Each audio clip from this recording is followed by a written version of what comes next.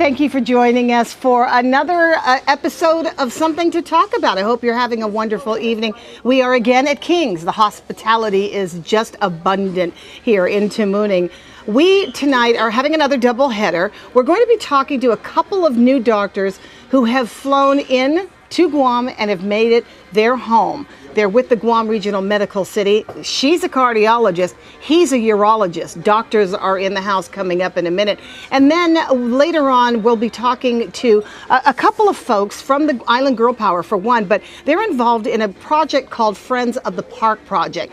Gemma Dautwin is joining us, as well as Juanita Blas from Island Girl Power. We're Something to Talk About. Come on back.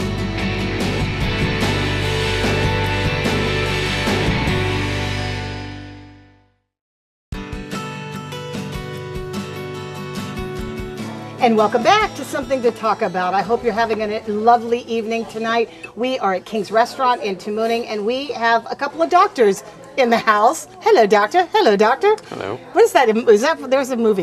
Doctor. Doctor. Doctor. Doctor. Doctor. Chevy Chase. Chevy Chase, yeah. So you have heard all the jokes, so we're not going to go there anymore, right? A urologist and a cardiologist. And wow. You guys ever clash at home? No, I'm right. No, you're right. No, never. Never.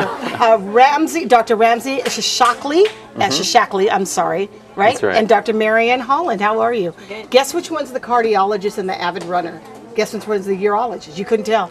You look well fit, healthy. Welcome to Guam. Thank you. How do you like it here? We like it a lot. We've really enjoyed the community and we like being by the ocean. The people have been great. Yeah. We really like doing all the water sports and the running. Part of the Guam running club. So. Already 2 months in. That was. Is that what you did first? Like, where's the running club? Because you're the avid runner, yes? You've done he runs marathons too. Both done. Yeah. Have Yeah, you not done a as lot much. of marathons? Oh. I've done 2. Marion's done A countless. lot. I was just reading your curricula vitae, and it shows that you've run several in Boston, New York, Chicago, San Diego, soon to be Guam. Yes. You know they have one in Hawaii as well in December. Are you going to that one? I Not hear this that's a good. Okay, all right. Well, they have a Guam marathon. You'll still be here for that. So you are at the new Guam Regional Medical City, and you've just come from California. San Diego. San Right. Diego. What a big jump, huh? To come to Guam. What was the attraction to come all the way to Guam after practicing in, the U.S. mainland? Well, I guess we decided we were looking for a change, and this seemed like a good opportunity at GRMC to start something from the ground up in a place that really needed it. Had you heard about Guam before? Had you heard about the needs of Guam before? A little bit, and we knew it was, like Ramsey said, it's a community that really needed a lot of medical care, and we wanted to make a difference. And Well, no, because it's interesting. I was also reading that you have practiced in other places. You've worked abroad as well. So is that kind of your thing? You guys just go to far off lands, neverlands, and practice medicine? I've done a lot of humanitarian trips. I really enjoy taking care of people that otherwise wouldn't be taken care of. So that was definitely an incentive to come, to be able to make a difference to people that otherwise wouldn't have access or would have to go off island or maybe not get care at all. Right. So you've now in Guam, and you've set up camp. Obviously, we've just found out in our interview, the tabletop interview, that you have a 6-year-old son, one son, right? We have a 4-year-old also. And a 4-year-old, and Yeah, 5 today. Oh, 5 today. Oh, happy birthday! What's Tyler. Tyler, happy birthday, Tyler! and the 6-year-old is Zachary. Zachary. Hello, Zachary. Well, it's I think it's refreshing for people to learn that Guam has a cardiologist and a urologist at a hospital that is easily accessible. Did they tell you anything about the needs of patients on Guam? Yes, Dr. Cruz, who's their chief medical officer, he told us especially the need for cardiovascular care, the early incidence of heart disease on the island, and heart disease being the #1 killer of all men and women, and especially here in Guam, showing up at an earlier age. It really incentivized us or at least me, to come. Is your specialty treating women, though?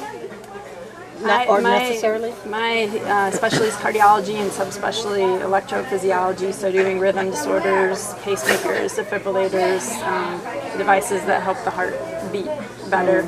I definitely have an interest in women's health care since I am a woman, and cardiology, there's very few women that go into cardiology, only about 25%.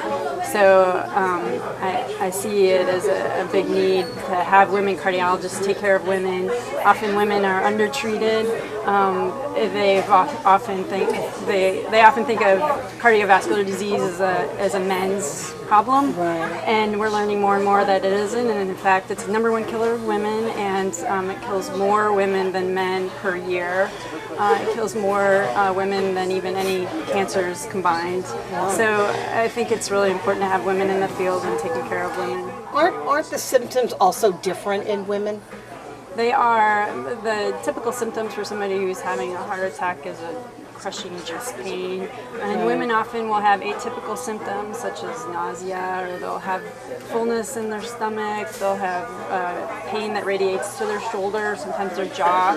So sometimes it can be a little bit different than the classic symptoms. And women, they're so used to taking care of their children and other people, they often don't think that their symptoms are cardiovascular, and even the doctors that take care of them, since it's been thought of as a man's disease, the symptoms are overlooked and not treated. So it's very important to know the symptoms and to take care of yourself, and because you want to be around for your family. Well, you know, Guam, we like our food, and women are the keepers of the kitchen, and I'm pretty sure that they've been trying to stuff food in you since you got here. And you've seen the diet, which is not an uncommon bad diet for the islands. You've had this experience with island communities and the cuisine of the islands? It raises an important point. The best way to treat cardiovascular disease is prevention, and one is with diet. And the best diet really is a Mediterranean diet, so lots of whole grains, fruits, vegetables, and a lot of the local food might not doesn't always fit into those categories. Sure. So, but you also want to maintain a physical activity. Try to maintain a good weight. Watch your risk factors, your blood pressure, your cholesterol, and take care of yourself. Yeah. And we've been told that for decades, and you know how that turns out.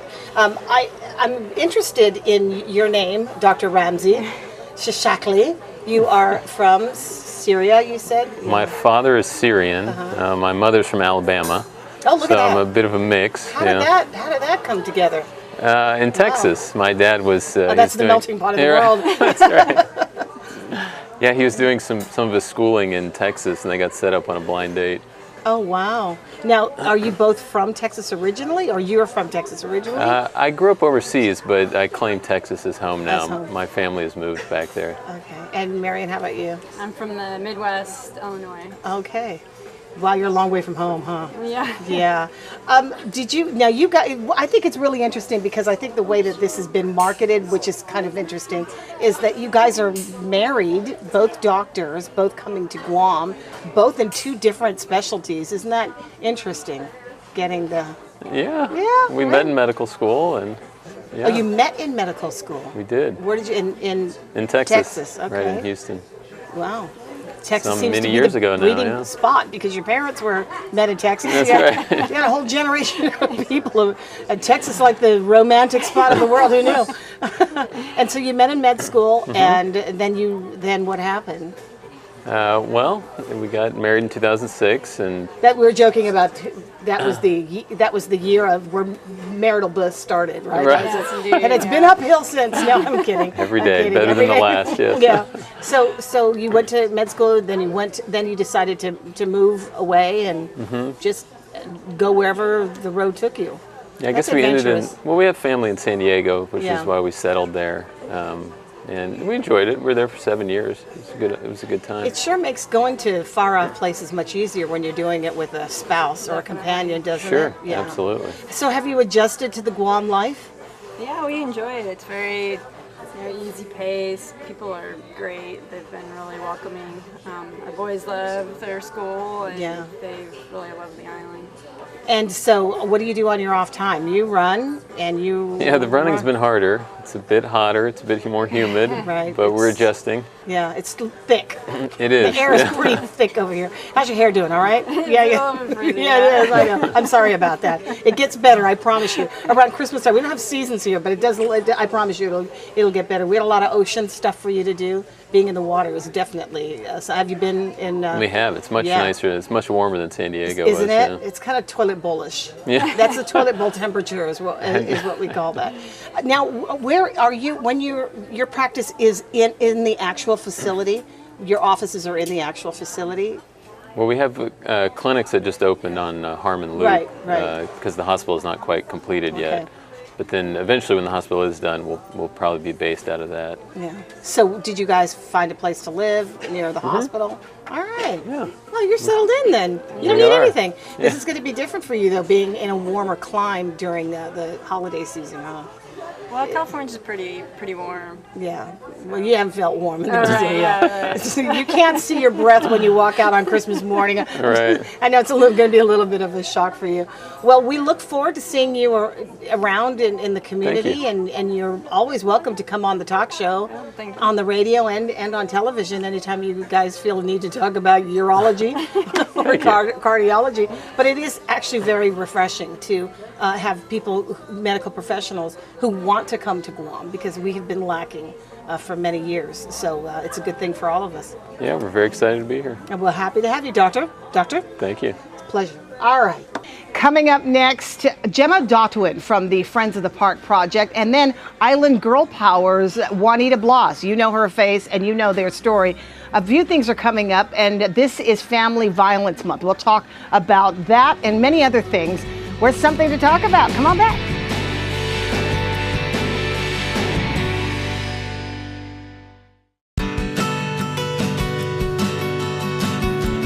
See, that was good. I'm all sweaty. I know, really, honestly. That was perfect. Thank you so much. That was great. And welcome back to Something to Talk About, our last half of the program. We'll be spending some time with Island Girl Power and the Friends of the Park Project. Let me introduce to you, first of all, this is Gemma Dotwin. Hello, Gemma. Hi. And then this is a familiar face. Did you guys plan this, by the way? Juanita Blas from Island Girl Power. Yes, Was this the color purple night today? Oh, awesome. Family violence prevention. That's the color of family. Earlier I said it was Family Violence Month, which has a whole nother meaning. It's prevention. That's what the idea is. First of all, let's just start off with the Friends of the Park Project, because you just came off of a weekend of a lot of work. What is your exact involvement with the Friends of the Park Project? So I'm the project assistant, Okay. and well, yeah, this past weekend we were able to coordinate a park outreach event. So we called it It's Our Park Day, and what we did was that we invited the kids of Kaiser Parks. We distributed flyers Kids from around the there. hood had to come over, right? Okay. Yeah, so we provided all the equipment and balls, and we had volunteers kind of help kids and their families use that equipment. It wasn't much, but it really made an impact on the kids, and they were asking like, "Are you guys coming back?" Wow. You know, so it was really nice to see. I mean, the rain was in and out, and that was the challenging part. But who doesn't like playing in the rain? But those kids wanted to stay out in the rain. I bet so- they did. Yeah. The Friends of the Park Project, that's a movement to clean up the parks around Guam, to make them available to families or make them available to the community. Right. And I understood that there was a lot of stuff that was cleaned out of these parks that I didn't know that so much stuff could be compacted into that area. About 8 30-foot containers of white goods, tires, green waste, trash, household trash. So people are dumping. So That's people are using. they're the dumping parks. in the parks. Well, see, these are neighborhood parks, and so there are 50 throughout the island. 50, and in Kaiser we have a concentration of 12. And we're looking for names for the parks, by the way. But we're calling them for now Kaiser Parks and League One Parks. Gemma Dotton. But That sounds good. Gemma Dotton. No, well, we want names that connect with the. All right, I with got you. something, I was just pushing for it. No, Sorry. thanks. That's flattering. They've been overgrown for 30, 40 years, some Wow. of these parks. So if you look at a row of houses in Kaiser, there's not supposed to be jungle behind it. And that's a It's park. supposed to be a park. Wow. Yeah. And there's like 3 or 4 basketball courts there that need to be uncovered, cleaned up. What is this a job that's too big for the Department of Parks and Recreation? It is not necessarily their purview. There's an agreement with the original landowners, the housing owners, to take care of those parks, and it was just, No one's really been doing it. this is the next generation now. It's going to take, a community effort with the public and the private sector, and then the residents around. How long did it take you to clean up how many parks did you do on that day or during that It time? was actually one park, but it's a set of 3 small parks. Of Within that tennis, one, okay. Basketball and a racquetball court. So when you started uncovering all of the boonies and all of that stuff, what was the state of those? You couldn't even see the tennis court Wow. from the outside. You just saw jungle, cleared it away. There's a fence line and a court, actual court with the poles and everything. Wow. So it's beautiful that the things are there, but Are you going to resurface those, or that's going to take a little bit of money? That's a whole another project. But where, is part of the project? You're gonna have- Unfortunately, we don't have. That's part of the next phase. Yeah, It's we about gotta getting work on that. more sponsors. Well, first of all, it's just trying to find the park, right? It's about letting people know that they are parks and they Wow. are neighborhood. They're not government of Guam. They're not federal. They're neighborhood parks, and it's it's up to the neighborhood to take care of it. Yeah. So how was that message conveyed? You could tell people. Yeah, this that your- really is a challenge to not just bring awareness to the parks, but show that there's value in these parks, in these spaces, that even though it's been neglected for so long, there's a lot of potential, and that it can be turned into something that will make a difference with these neighborhoods, with the kids in these neighborhoods. I mean, So the families. you're building some sort of excitement that this can actually be transformed, but you have not only taken interest in it, but you have to try to do what you can to preserve it and protect it. Now, what are they playable parks right now? Aside from the basketball court, the tennis court? basketball, there's a basketball court, and a bunch of kids play there all the time around late afternoon until the sun sets, because the lights don't work there. The tennis court isn't a tennis court, but it's just a space there. I mean, there's a lot of potential there, It doesn't necessarily have to be a tennis court. Yeah, It can exactly. be transformed into something else, a volleyball court or something else. Okay. But, and then there's the green space. There used to be monkey bars there before, but right now there's nothing. I mean, my dad and I, we built a football throw target thing for this past weekend's event. So we left it there, and it's there for the kids' use. Yeah. So right now it's just sort of a big open play area, It's a and maybe space. you'll get some organized equipment in there to draw more kids to it. Right, definitely. Yeah. But these parks are all connected by sidewalks, and so it could be a nice running track for Sure. the neighborhood. Sure. And we're working on signs. We actually have the signs purchased, and they're going to be installed soon. This is the park rules.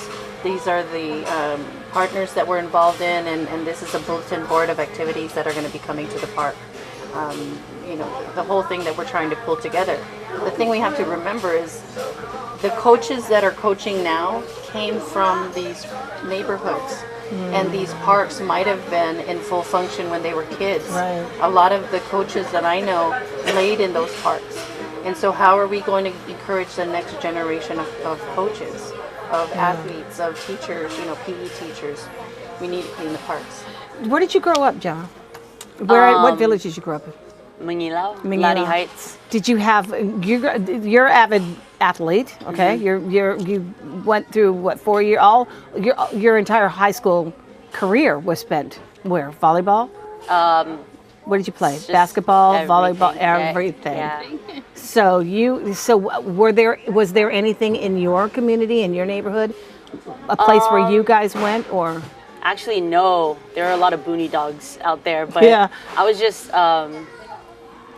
really lucky to have a supportive family, and I had an uncle who was really into basketball, and he got me into that, and I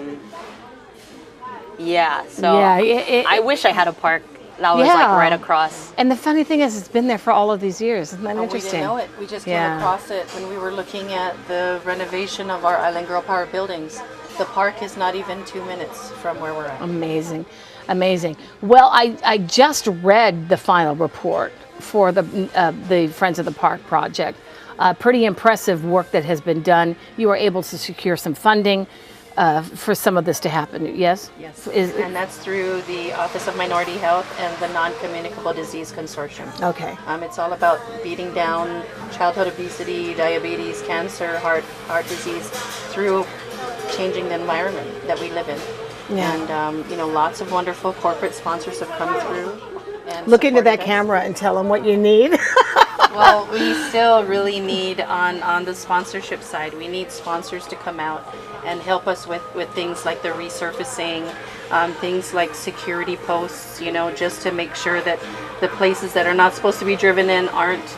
And we need people to come out and cut the grass on a regular basis. Gemma has another needs list. Yeah, so we're looking for individuals and groups or organizations that are willing to come in and kind of hold like a clinic or any physical activity event where they can engage the kids in that neighborhood in physical activity, whether it be jump rope, basketball, volleyball, Yeah. any physical activity. Well, and most importantly, there's got to be a sense of ownership in the community itself. I mean, you can't be there 24/7.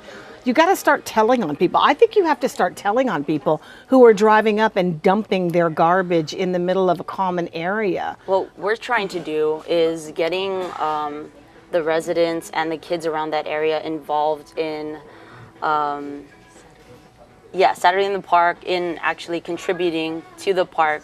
So this is kind of still in progress, where we can have them like paint some of the bollards there, the murals, planting as well, so then they feel that ownership. Yeah, and, that's the only way yeah. that you're going to get people to pay any close attention, is to make it something that is theirs. We care about the neighborhood and the kids. There's especially there for those kids that are in low-income housing, GURA, the renting, and they need physical activity. And these parks are right there for them. Yeah, exactly. Just quickly, because we don't have that much time left in the program, Family Violence Prevention Month is October. Yes. And the magistrates' reports are full of them on a daily basis, multiple. It's a tough one. Power has always focused on family violence prevention, and we do that by a lot of awareness and enrichment programs. Our Girls Clubhouse will be reopening at the end of this month to launch our girls program, but we are still active in Molesso. We have a girls clubhouse in Molesso and at the Guahan Academy Charter School. Yeah, so you are definitely making this known, letting these girls know that these kinds of events that take place in your family should not be confined, and they're not to your family, Right, behind and to closed learn doors, and healthy relationship values, so Yeah. that they don't fall That's into difficult. the same trap Right. that may be happening to others. to in their family. to people who they look up to, some of their mentors. It's hard to see that. It sure is. Yeah. But call it out. Yeah, Warrior Purple for the month of October. That's the way we're going to do it. Give them a phone number just real quickly if anybody if you wants want to to volunteer, you want to sponsor, please call us. My number is 688-4752, and that's not personal number, that's Island Girl Power's number. Okay. And- Call them. Yes, Gemma. And if you want to know, hear more about the Friends of the Parks project, you can like us on Facebook at Friends of the Parks Guam, and follow us on Instagram at Friends of the Parks Guam as well. All right. I think we're done. Yay! Good job. Thanks a lot. And thank you for joining us. Something to talk about again. Thank you to the entire King's Restaurant family here in Tamuning. Enjoy the rest of your evening. See you again. Good job. Yay. Oh, She says, I thought you'd be getting used to this by now. And I'm like, well done, girl.